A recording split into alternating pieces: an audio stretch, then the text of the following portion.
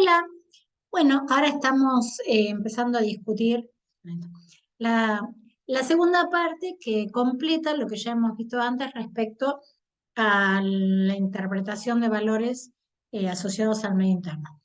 Para hacer un repasito muy básico de lo que ya hemos charlado y unirlo a lo que vemos ahora, quería comentarles o presentarles lo siguiente. Entonces, esta es un poco la idea, a ver si recuerdan o si pueden integrar lo que fue lo que hemos charlado en la clase pasada. De los alimentos que uno ingiere, la idea en la formación de energía es la oxidación completa y eso entonces funciona siempre y cuando ese oxígeno sea incorporado y nos permita esa oxidación. Acá los elementos que se van oxidando, los átomos de carbono, a su vez se van produciendo como dióxido de carbono, el cual se exhala. Eso sería entonces el resumen de lo que charlamos en la clase pasada. Solo los glúcidos no. Todo, o sea, las tres ramas, digamos, bioquímicas de nutrientes nos sirven para obtener energía. Los ácidos grasos, si recuerdan de bioquímica también, se oxidan, se acuerdan que se van oxidando de a dos átomos de carbono, o sea que en general y casi en su totalidad, los ácidos grasos que comemos como triglicéridos en la dieta terminan rindiendo acetil-CoA. Eso nos da muchísima energía, más incluso que los glúcidos e incluso que las proteínas. Si comemos proteínas, esas rinden aminoácidos y esos aminoácidos también se metabolizan. En esto aprovecho ya para hacer una pequeña presentación de la próxima clase que viene, en que gran parte de los esqueletos carbonados de esos aminoácidos también rinden acetil-CoA o cetoacetil-CoA, etcétera, y algunas partes de ellos, imagínense la alanina, ¿se acuerdan? La alanina tiene 3 átomos de carbono. Esa cuando se desamina se transforma en piruvato. Entonces el piruvato puede oxidarse, pero también la gran ventaja es que ese piruvato puede ser un intermediario gluconeogénico. Lo presento acá como para charlar integrado, como siempre decimos, con lo que va a ser el metabolismo de los glúcidos la semana que viene. Pero bueno, todos estos nos dan energía y todo eso debería funcionar coordinadamente. ¿Podrá fracasar? Sí, puede fracasar como siempre. ¿Cuál es por lo cual puede fracasar? Bueno, en primer término, por ejemplo, si el oxígeno no llega o está en bajas condiciones o no llega por la razón que sea, entonces esa oxidación es incompleta. Si eso es incompleto, en primer término se frena toda esa glucólisis que va ocurriendo. Y eso resulta, por supuesto, en el límite en la formación de ATP. Pero bueno, eso lo vamos sumando y ya con lo que estamos viendo hoy es importante resaltar que si ese piruvato además se llena, se acumula, él se va a transformar en su intermediario reducido, que es el ácido láctico. Entonces, el ácido láctico, la gran desventaja es que es ácido, como su nombre indica, y eso es entonces un aumento en la síntesis de protones. Conclusión, lo que podemos ir resaltando ya con esto es que una acumulación de esos intermediarios produce, en este caso, un ácido también, que se llama un ácido fijo, lo cual inducirá una acidosis. Lo vamos charlando a continuación. Finalmente, si ese acetil-CoA intenta oxidarse, que es la vía común, y por alguna cuestión ese dióxido de carbono no puede ser eliminado en tiempo y forma, entonces también nos produce un acúmulo de ácidos, que en este caso serán entonces ácidos de tipo volátil. Por eso se llama una acidosis respiratoria. Todo esto es lo que vamos a empezar a sumar, que nos ayuda a entender lo que analizamos hoy. Entonces, para sacarle bien el jugo, como decimos, a todo esto, nos volvemos a parar en esta ecuación que la conocen de memoria, en la cual ya hemos empezado a charlar que el dióxido de carbono se hidrata, en circulación, recuerda que nombramos a la anhidrasa carbónica, forma ácido carbónico y este se disocia en bicarbonato y protón. Entonces, Esto queda claro, lo que ya también habíamos presentado, en que un aumento de dióxido de carbono resulta, sin lugar a dudas, en una acidosis, siempre y cuando, por supuesto, no pueda eliminarse. Seguiremos entonces hablando hoy la importancia que tiene este bicarbonato. Para hacerla más fácil y para ordenar simplemente esta misma ecuación, esa ecuación es una ecuación reversible, que ya iremos también analizando, pero nos va sirviendo como para considerar dos conceptos. Si la analizamos simplemente con una información, con un manejo netamente químico, si esta es una ecuación reversible, tiene una constante de equilibrio, que son los reactivos dividido los productos, perdón, los productos dividido los reactivos, y si a su vez eso lo distribuimos distinto, le aplicamos logaritmo a ambos términos y pasamos el logaritmo de los protones para el otro lado de la ecuación, menos el logaritmo de los protones, eso es el pH. Y entonces, eso, simplemente, insisto, esta misma ecuación escrita distinto, nos indica que el pH es una constante más el logaritmo de dos términos. Bicarbonato dividido dióxido de carbono. ¿Por qué resalto esto que parece bobo? Porque creo que por más que no sepamos nada de bioquímica ni de fisiología, es fácil, simplemente mirando esa ecuación, intentar entender la correlación entre esos tres parámetros que están ahí. O sea, el pH, obviamente un índice de acidez, depende de este cociente. Cuanto más alto es el bicarbonato, más alto será el pH. Cuanto más alto es el dióxido de carbono, más bajo es el pH. ¿Está bien? Entonces, jugando con estos términos, es que básicamente podemos intentar entender los desbalances que pueden ocurrir del pH circulatorio y cómo podemos ver la posibilidad de compensarlo o no en base a lo que pase con el bicarbonato y lo que pase con el dióxido de carbono. Ahí vamos. El último concepto que me ayuda a esto para antes de seguir es la siguiente idea. Si yo tengo un ácido, en este caso un protón, que se combina con una base, esta combinación hace que salgan protones del medio. Conclusión, ¿se acuerdan lo que es un buffer o un amortiguador o un tampón?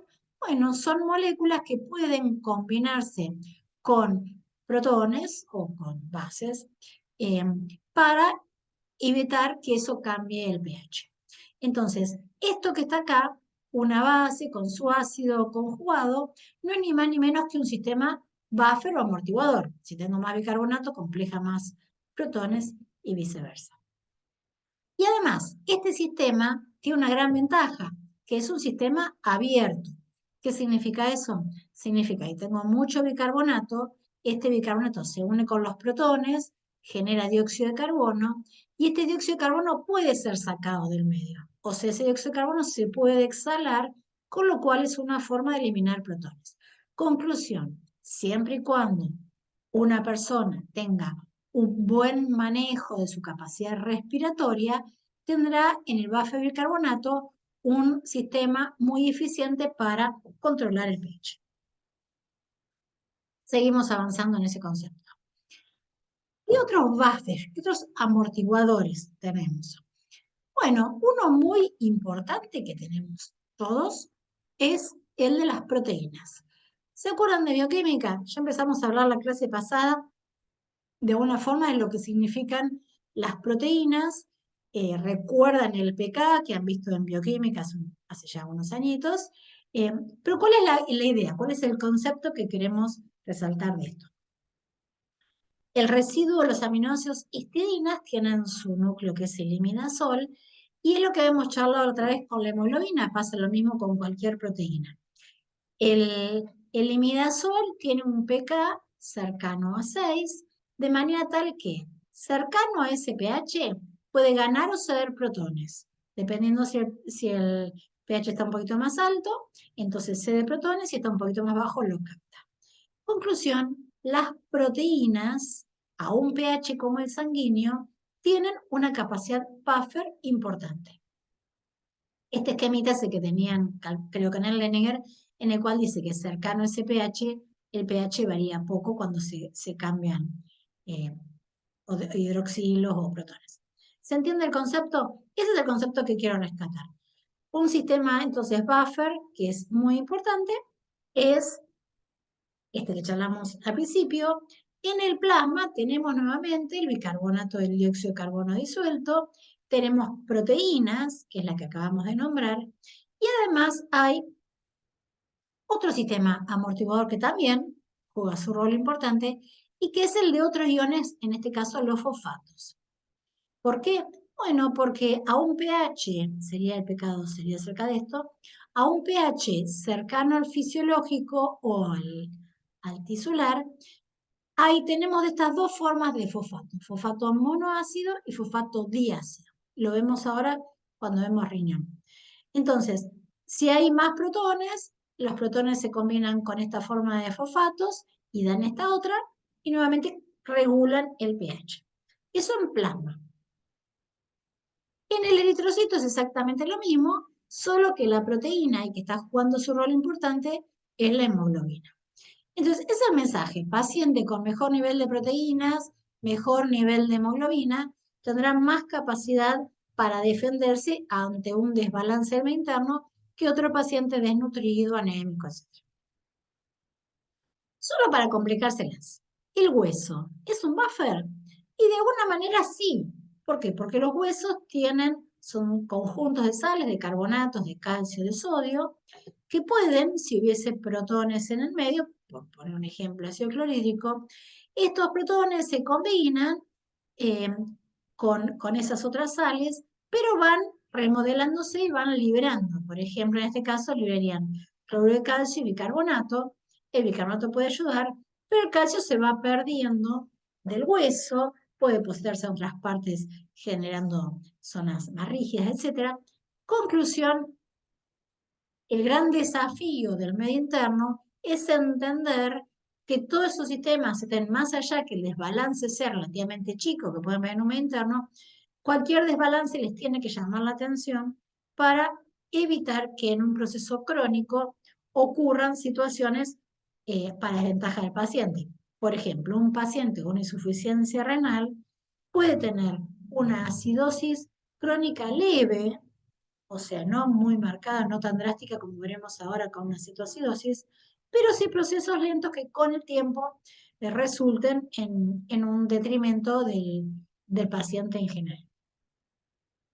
Ese es básicamente entonces cómo vamos a tener un medio interno, los valores que vamos a analizar.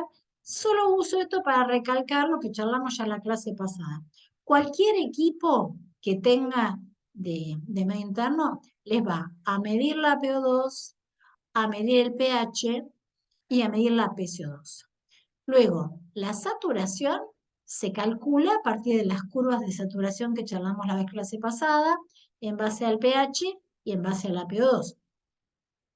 El hematocrito se mide indirectamente a partir de la hemoglobina, si lo tiene el equipo, y si no, se mide aparte. Y el exceso de base se calcula lo mismo que el bicarbonato. Lo charlamos ahora a continuación. Muy bien. Entonces, tenemos nuevamente esa fórmula ahí, que es la que ya venimos presentando. Imagínense, estos tres parámetros que tenemos, bicarbonato, dióxido y pH, si están relacionados con esta ecuación, entonces podemos interpretar la relación que hay entre ellos. Ahí se las dibujé en la fórmula, en el gráfico que está acá abajo. En el eje de las Y está la concentración de bicarbonato. En el eje de las X está el pH. Y esta línea azul que tenemos acá es una isobara, o sea, une todos los puntos que tendrían en este caso una PCO2 de 40 milímetros de mercurio. Entonces, el valor normal, el valor que en promedio debería tener un paciente, es este del medio. Una PCO2 de 40, un pH de 740. Si de acá se calcula bicarbonato, les dará 24 miliequivalentes por litro. Entonces, ¿Qué es una alteración aguda? Es que cambia el pH cuando hay un proceso primario. Habíamos empezado a charlar como en la clase pasada, y es que imagínense un paciente que por alguna cuestión está anestesiado y no tiene una buena dinámica respiratoria por un efecto pasajero como puede ser una anestesia. Entonces, este paciente tendrá un aumento de dióxido de carbono, lo cual hace que su pH baje. Esa es la situación aguda. Entonces, si el paciente se cura, si el paciente empieza a respirar normalmente, el dióxido de carbono vuelve a su valor normal y el pH también. Ahora, esa situación puede que no ocurra porque hay una patología en el paciente que no lo permite. Ahí vamos. Esta que está acá en rojito es la isobara que conecta todos los puntos con una PCO2, en este caso de 80, o sea, una PCO2 elevada. Imagínense nuevamente ese paciente que charlábamos recién. Un paciente anestesiado que no hace una buena dinámica de intercambio gaseoso.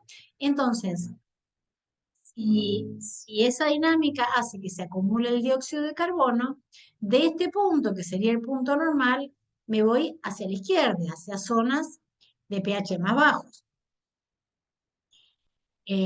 O sea, si yo quiero irme de acá a una PCO2 de 80, en caso que no hubiese ningún tipo de buffer corporal, ningún tipo de amortiguador, la línea que seguiría sería esta, sería directamente baja el pH hasta la PCO2 de 80. Pero, dado que eh, ese paciente tiene una cierta cantidad de proteínas, de hemoglobina y de otros buffers, entonces el cambio hacia una PCO2 de 80 ocurre con un cierto ángulo, dependiendo de todo eso que charlamos recién. Se va entendiendo, espero. Entonces, esa situación decimos que es una acidosis respiratoria, porque es una acumulación de dióxido de carbono, aguda. Aguda es sin ningún tipo de posibilidad de manejar esa situación. Bien, ahora, ¿qué pasa? Acá vemos que hay como un ligero aumento en el bicarbonato.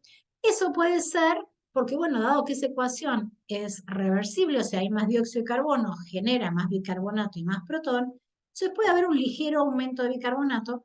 Se los nombro para lo que vamos a charlar más tarde. Pero bueno, para dar una conclusión de esto, una acidosis respiratoria aguda, esto está acá. Un descenso de pH con un aumento de PCO2 con un bicarbonato normal o ligeramente aumentado. Ya dimos algún ejemplo en la clase pasada. Ahora, ¿qué pasa si ese paciente, por ejemplo, es un paciente bronquial, como es el caso que, que puede pasar a alguien que tenga una alteración crónica en su barrera de difusión y por lo tanto ese paciente no puede curarse, no tiene chance de reducir esa PCO2 porque su patología ya está instaurada y no se puede modificar? Bueno, puede ocurrir, pero ese paciente no puede vivir históricamente, crónicamente, con un pH de 720, como sería este que está acá. Entonces, lo que se llama el mecanismo de compensación significa que el organismo echa mano a otro sistema para intentar compensar el pH, para intentar llevar el pH de ese valor a su valor normal o lo más cercano a lo normal posible. Entonces, por esto es que les dibujaba esta ecuación acá arriba, que es la que charlábamos hoy. Si uno no sabe nada de nada, ese paciente que tiene un descenso de pH porque tiene un aumento de CO2, puede compensar aumentando el nivel de bicarbonato. ¿Está bien? Entonces, a eso se lo llama una acidosis respiratoria compensada, parcialmente compensada o crónica, dependiendo de lo que estemos, la situación a la cual final que se llegue. En fisiología, ustedes ven todos los parámetros a los cuales pueden estudiar si esa compensación es total o parcial, pero me importa que puedan entender desde estos valores cuál es la situación del paciente, si mejora o no, si empeora o no, si compensa. Volviendo a este gráfico, entonces, esto de acá a acá, o sea, el punto A, indicaría la acidosis respiratoria aguda y la compensación se ve moviéndonos a lo largo de esta curva, de esta isobara, o sea, manteniendo esa PCO2 alta, llegamos más hacia el pH ligeramente normal mediante la recaptación de bicarbonato. Entonces, eso sería un ejemplo, más o menos. Por supuesto, si el paciente tiene una PCO2 alta, muy seguramente tiene alguna alteración en su posibilidad de intercambiar gases. Si ahora el dióxido se difunde más rápido, también el oxígeno se difunde bastante rápido.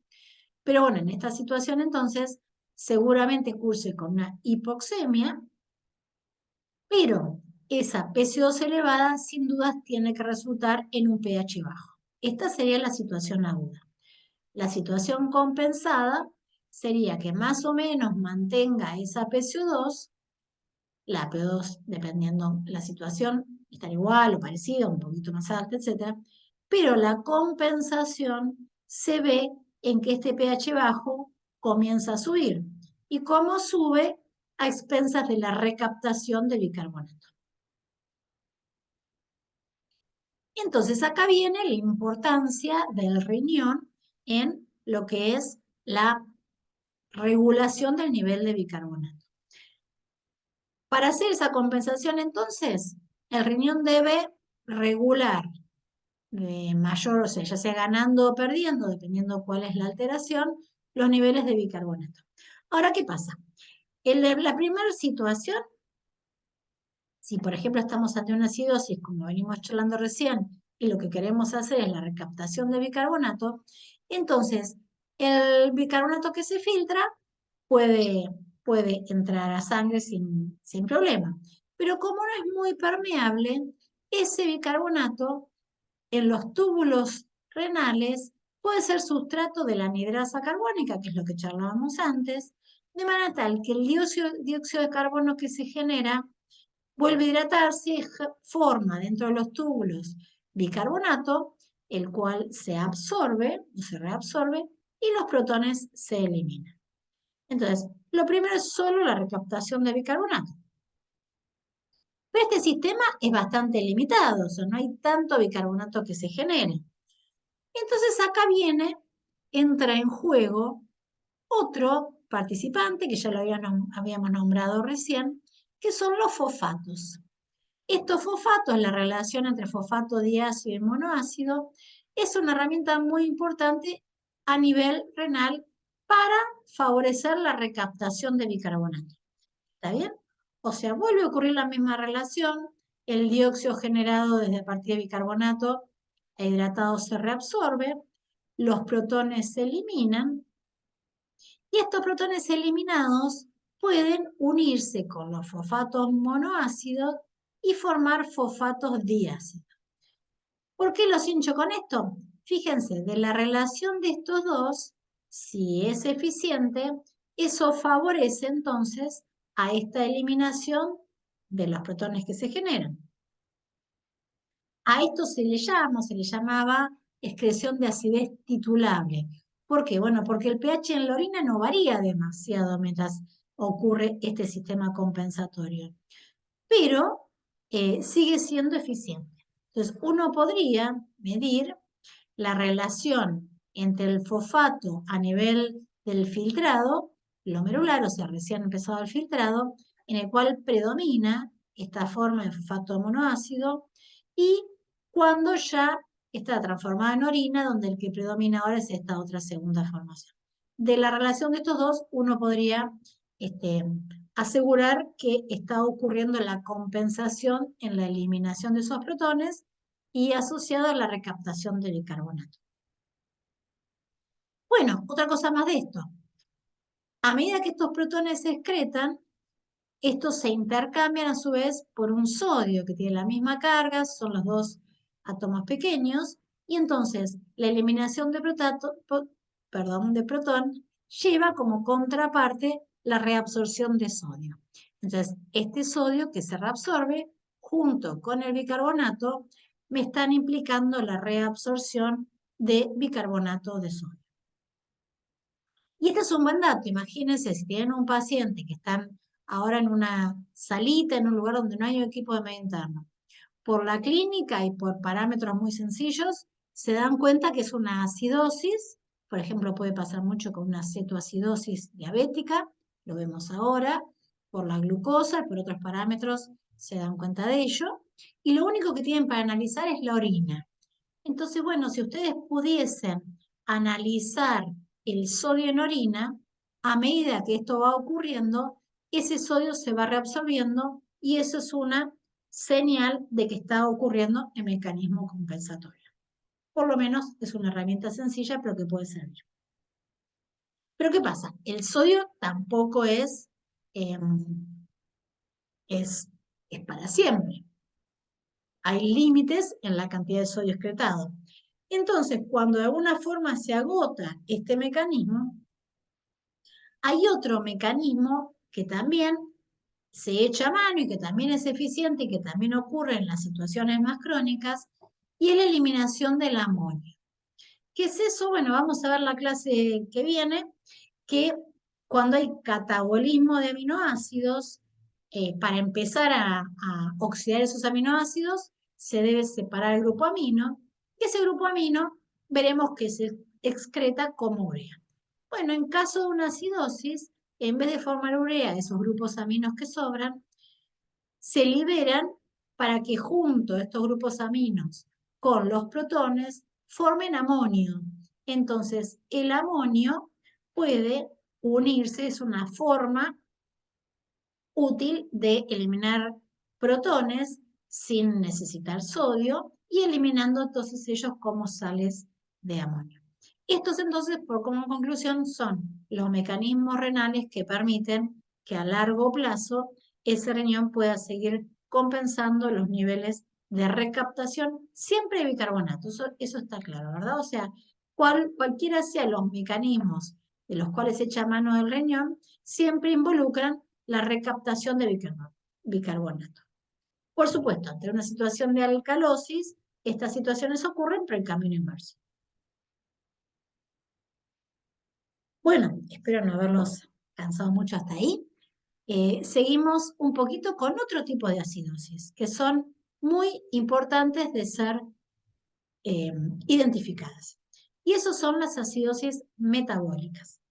¿Qué significa eso? Volvemos nuevamente a esta fórmula.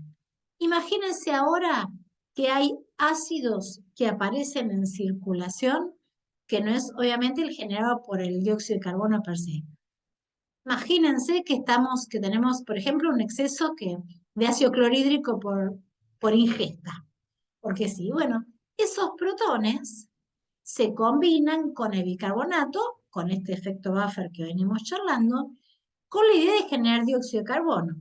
Pero entonces, la señal importante de que hay estos ácidos de tipo fijo es que hay mucho consumo de este bicarbonato.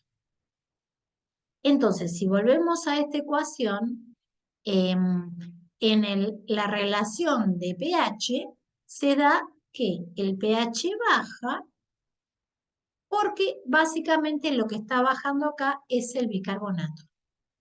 ¿Bien? ¿Se entiende?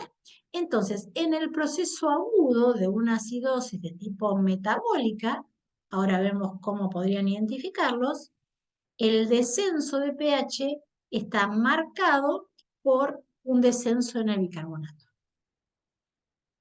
Si volvemos a esa ecuación, entonces, si este era el punto normal, para ir a lo largo de esta curva, tenemos el consumo de bicarbonato, se manifiesta en este eje, y el pH desciende, pero siempre, si fuese absolutamente aguda, siempre manteniendo la misma PCO2. Esa sería la situación aguda de una acidosis metabólica.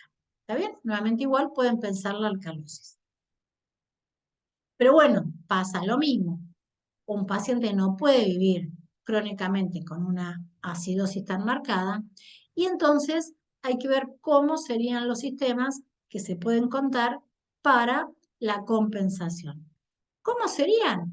Bueno, nuevamente, si volvemos a esta ecuación, estos pacientes podrían tener una cierta ventaja respecto a los anteriores, y es que en ese caso, si el paciente no tiene un problema a nivel de la barrera de difusión y a nivel de la dinámica respiratoria, entonces para volver el pH a su valor normal o acercarse a lo normal, tiene un estímulo muy rápido y que es el descenso, en este caso, de dióxido de carbono.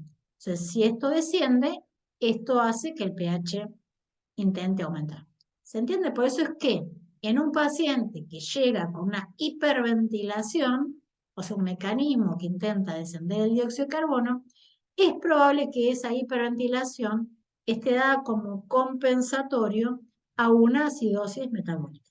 Por eso es que todos los parámetros tienen que ser considerados como en un conjunto en el medio interno.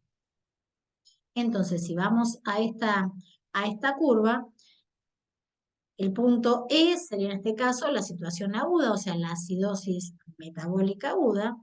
Y entonces, el primer estímulo, que es un estímulo en general muy rápido, de pocos minutos, hace que el paciente hiperventile, con lo cual nos volvemos hacia la derecha, o sea, ese descenso de dióxido de carbono hacia una isobara más baja, que debería estar acá, hace que el pH aumente. Y luego, con el tiempo, a partir de las horas, y si ese paciente tiene una buena función renal, empezará luego a recaptar bicarbonato como segundo sistema compensatorio. ¿Lo entendiendo? Bien, y ahí viene el desafío y es el de entender de dónde pueden venir esos ácidos fijos. Ahora ya no es tan claro como podría ser en el caso de la acidosis respiratoria. Bueno, de la dieta vamos generándose el metabolismo de los aminoácidos, genera per se intermediarios ácidos. Como dijimos hoy, parte de esos grupos de los esqueletos carbonados de los aminoácidos generan cetoácidos, en especial los que tienen metionina. La metionina tiene azufre y ese azufre genera algo de ácido sulfúrico. Todo esto da intermediarios relativamente ácidos que en un paciente normal o sin alteración de su medio interno no se pueden ser compensados sin ningún tipo de problema. Pero puede haber otros intoxicantes exógenos, o sea, algo que sea por una ingesta, ya sea con fines de agresión o por situaciones de intoxicación no voluntaria, etc. Que ellos per se sean ácidos o que den en circulación un intermediario ácido. Esa es la situación que ocurre con alcoholes como el metanol y el etilenglicol. Ambos per se son alcoholes, pero en circulación la alcohol deshidrogenasa los metaboliza y hace que se oxiden a sus productos que sí son sumamente tóxicos, el ácido fórmico y el ácido oxálico. Eso generan nefropatía, algunos ceguera, algunos problemas más graves. Entonces, como conclusión, generan una acidosis metabólica también. Pero los otros que son sumamente importantes de ser reconocidos son los dados por el metabolismo de los ácidos grasos. ¿Qué pasa con esto? Los ácidos grasos, al ser oxidados, como charlábamos hoy, dan mucha energía. ¿Por qué? Bueno, porque ellos se van oxidando de a 2 átomos de carbono, recuerdan esto seguro de bioquímica. Esos grupos acetil-CoA, esos grupos acetilo que se generan en una instancia con una coenzima A, forman acetil-CoA y en el ciclo de Krebs dan mucha energía. Ese es el proceso normal. Ahora, si este proceso, si esta beta-oxidación ocurre de manera muy exacerbada, entonces el aporte de intermediarios del ciclo supera a la velocidad de oxidación a través del funcionamiento del ciclo de Krebs, de manera tal que se acumula.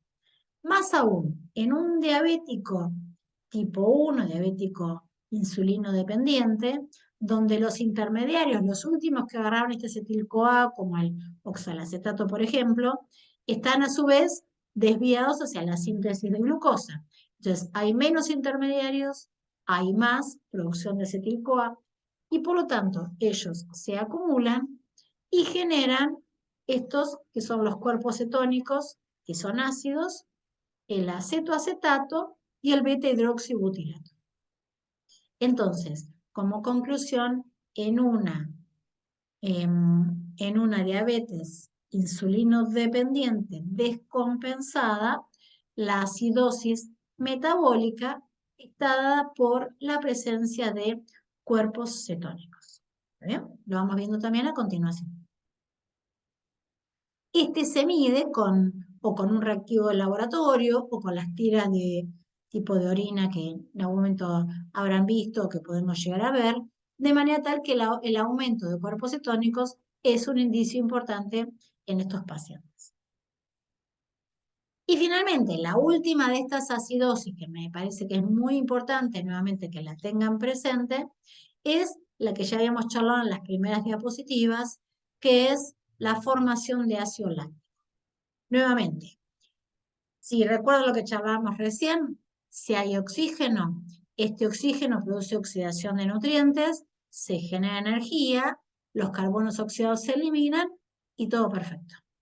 Ahora, si este oxígeno se acumula o no puede llegar a circulación, entonces esa oxidación es imparcial y el piruvato que se va generando no puede, no puede eliminarse y por lo tanto se acumula como lactato, como ácido láctico. Entonces, no solo hay detrimento en la formación de energía, sino que tenemos este tipo de intermediario metabólico que genera una acidosis. Entonces, iremos viendo, cuando vemos en los casos clínicos, que un paciente que tiene un problema respiratorio puede llegar a tener una acidosis respiratoria, pero si eso a su vez se complica más, ese problema respiratorio que resulte en una mala oxigenación, oxidación de nutrientes, suma una acidosis metabólica por presencia de ácido láctico. ¿Está bien? Entonces, esto es importante, lo vamos a ir reforzando a medida que vamos viendo los casos en los casos clínicos, pero es importante que lo vayan considerando. Bueno, acá hago un recreito y seguimos en el próximo link.